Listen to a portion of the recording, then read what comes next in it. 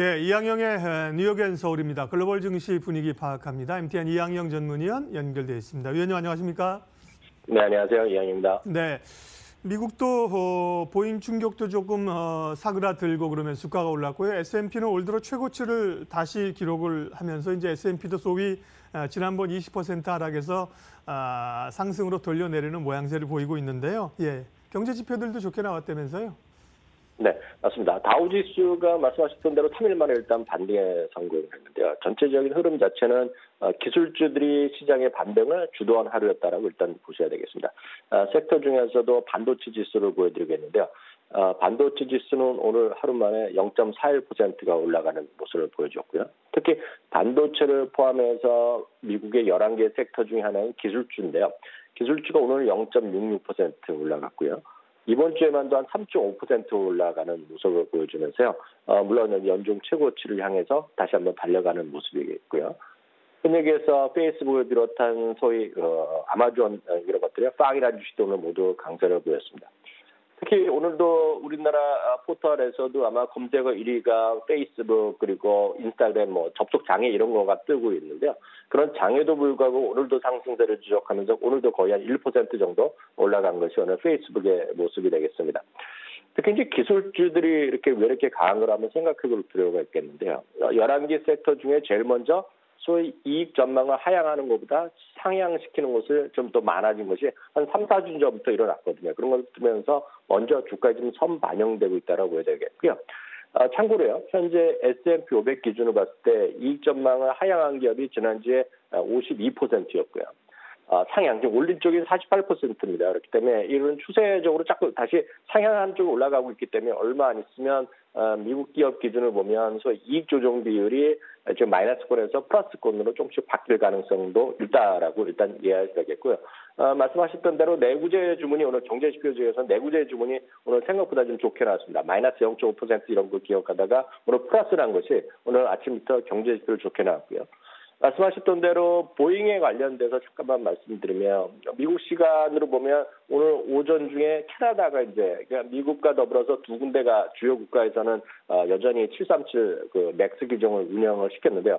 먼저 캐나다가 운행 정지시켰고요. 그리고 막판에 결국 미국도 손을 들었죠. 그러니까 트럼프 대통령이 행정명령하고 관련 고통위원회에서 나오면서 일단 737 맥스 규정에 미국에서도 운항 정지를 시켰기 때문에 아마 전 세계에서 대부분의 지역이 운항 정지시켰고요. 다만 오늘 주가는 하루 종일 들락날락 하다가요. 결국은 보잉이 오늘 반등에 일단은 반등이라기보다는 하락에서는 일단 멈췄다라는 정도 코멘트 드릴 수 있겠습니다. 예, 우리 시장에서도 최근에 이제 하노이 회담이 결렬된 이후에 다시 북한의 어떤 미사일 기지 재가동 움직임 이런 걸로 이제 방산주들이 좀 움직이는데요. 미국은 이제 우리하고 좀 개념이 다르게 이제 국방 예산 증가에 따라서 방산주들이 주목받고 있다는데 그 생각하고 또 우리 투자자 입장에서는 이 얘기를 어떻게 받아들여야 되는지 말씀해 주세요. 네, 일단 우리 하노이 회담이 결렬됐다고 해서 우리나라 방산주 올라가는 것은 너무 상상력의 나락을 너무 좀 크게 피웠다라는 생각 갖고 있고요. 논리적 설득력은 별로 없다라고 일단 말씀드리고 싶은데요. 전체적으로 봤을 때 보면 전 세계 하여튼 지상군이라 그러죠. 흔히 얘기해서 재래식 무기라고 우리가 흔히들 얘기하는 거 있지 않습니까? 그런 하여튼 개인들이 해서 지상군 병력은 미국도 마찬가지, 중국도 마찬가지, 우리나라도 전부 다 이제 감축되는 추세입니다. 그러면 여러 번 제가 이런 표현을 썼지만 그렇다고 해서 국방력 자체가 내려가는 거예요. 절대 그렇지 않죠.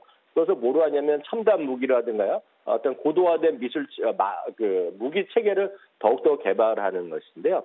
그러다 보니 사실상 중국이 먼저 우주 부대를 창설했고요. 미국도 이제 2020년에 창설을 앞두고 있는데요. 오늘 왜 이걸 말씀드리냐면 엊그저께요. 미국 백악관에서 2020년 예산 계획을 발표했습니다. 다시 말씀드리지만 이거는 예산 계획을 백악관에서 발표하는 것이기 때문에 아직 확정된 건 전혀 아니라고 보셔야 되겠는데요. 제목 자체가 더 좋은 미국을 위해서 이런 것이 되겠는데요. 전체 4조 7천억 달러, 그러니까 올해보다 한 3, 4% 정도 또 늘어나는 건데요. 문제는 노동, 교육, 복지, 교통 등 이제 내치에 관련된 거죠. 이런 것들은 오히려 감축하는 분위기가 되겠고요. 반면에 미국의 안보라든가 국방 등은 큰 폭으로 늘리고요. 주요 연방 기관들이 있습니다. 소위 에이전시라 그러는데 그 중에서는 나사만이 지금 증가세를 했는데 이게 지금 그림 한번 보여드리면 위에 나온 것들, 베테랑들, 그러니까 퇴역 군인들 이런 것들은 큰 그 수치 자체가 그 퍼센트만 늘어난 거 되겠고요. 그다음에 홈랜드라 그래갖고 국토안보 이런 쪽이 되겠고요. 그다음에 국방 관련들 이런 것들이 쭉쭉 늘어나고요. 밑에 보면 페더럴 연방 에이전시 중에서는 딱 유일하게 늘어나는 거가 나사가 늘어납니다. 역시 관심은 국방 예산인데, 그래서 우리가 흔히 해서 국방 예산이라고 하는 것들은 앞서 말씀드렸던 국토안보, 국방, 나사 예산 등을 총을 어우러서 말씀드렸는데요. 한 6% 증가해서 한 7,200억 달러 정도가 될 것으로 보여지고 있습니다. 문제는 이제 트럼프 집권 이후에 국방 예산 증가율이 오바마 예산 때 정부 때보다 훨씬 증가할 때가 뚜렷하다는 거 되겠고요. 특히 이제 국방 관련 쪽은 향후 2년간 이익 증가율이 연평균 10% 이상 날 거라고 얘기하고 있습니다. 그렇기 때문에 여러분들이 많이 아시는, 물론 보잉도 여기 들어가지만 그보다는 국방, 군사 쪽에 강한 것은 로키드 마틴, 레이션, 노스라크만 이런 것들이 대표적인 주자가 되겠고요. 제가 오늘 그림 하나 준비한 것은 이제 미국의 방위 산업을 전체적으로 갖고 있는 ETF가 있습니다. 그래서 그런 것들, 그리고 LMT 같은 거, 로키드 마틴 이런 것들이 좀 관심과 수면 좋을 것 같고요. 이렇게 되면 항상 국내 주시장이랑 연결시키는데 제가 볼 땐 그 별로 없다라고 보셔야 되겠고요. 다만 이제 몇몇 회사들이 뭐 보잉면 보잉, 로키드 마틴의 부품이나 이런 것들 말씀이 있습니다. 그래서 한국 항공우주 같은 것들이 가장 얘기가 되는데 작년에 이제 큰 사고도 있었고 그래서 했었고요. 또 미국 차세대 그 고등 훈련기에 대한 것이 떨어졌는데요. 그보다는 장기적으로 봤을 때 보면 그런 미국이라든가 해외 쪽에서의 어떤 부품 수주 쪽에 대한 그런 펀더멘탈이 뒷받침되면 그런 쪽에 대한 관심 갖고 오셔야 될 것 같고, 단순한 뭐 우리나라에서 정말 말하기도 약간 그렇지만 지정학적 위기에 있을 때 그런 올라가는 주식들은 그건 뭐 펀더멘탈이랑 좀 심하게 말씀드리면 전혀 상관없고 그냥 단순한 테마고 단기적인 흐름일 뿐이다, 이렇게 정리할 수 있겠습니다. 글로벌하게 이제 방위산업에 대한 지출 증가, 특별히 미국을 중심으로요, 그런 얘기 좀 해봤고요. 예, 글로벌 미국 증시, 또 국내 증시 특징주 분석 좀 해주시죠. 네. 한 달 전에도 한번 실적 났을 때 제가 말씀드렸던 것이 이제 쿠티란 것이 있고 에스테로더라는 걸 한번 다시 말씀드리겠는데요. 에스티로더는 4분기에 긍정적 실적 발표 이후에 상승폭이 오히려 확대되면서 오늘은 현재 사상 최고가를 가고 있습니다. 결국 중국을 비롯한 이머징 마켓, 여선 중국을 비롯한 동남아시아 전부 다 마찬가지가 되겠고요. 아프리카 쪽도 마찬가지가 되겠고요. 중동도 마찬가지인데요. 이런 쪽에서의 그 에스테로더 그리고 코티 같은 소위 프리미엄 브랜드에 대한 수요가 증가하고 있다는 것인데요. 제가 그림 하나 준비해봤는데 이것은 전체적으로 봤을 때 에스티로더가 갖고 있는 소위 화장품에 관련된 브랜드로를 전부 다 한 번에 보여준 그림인데요. 여러분들이 아실 만한 브랜드가 여기랑 워낙 많이 나올 텐데 이런 것들이 전부 다 그중에서 화장품 라인을 에스티로더가 갖고 있다는 것인데요.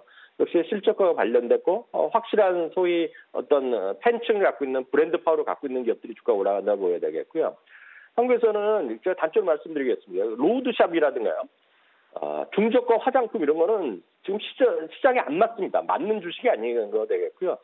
중국 쌀이 엄청 더우더라도 그렇게 좋아질 가능성이 별로 없습니다. 그렇기 때문에 늘 말씀드리지만 그중에서도 프리미엄 브랜드를 갖고 있는 LG생활건강과 아모레퍼시픽 위주로 볼 수밖에 없겠고요. 아니면은 오히려 좀 중국까지 진출한 ODM 업체들 이런 것들을 위주로 화장품 보셔야 되겠고요. 단순하게 뭐 중국 사람 온다 해갖고 그냥 로드샵 주식 사는 거는 한마디로 3, 4년 전 얘기다라고 말씀드리고 싶고요. 한국 화장품 쪽에서의 탑픽은 여전히 저는 뭐 LG생활건강 다시 한번 확인드릴 수 있겠습니다. 예, 뉴욕앤서울 이항영 전문위원 오늘도 함께했습니다. 고맙습니다. 감사합니다.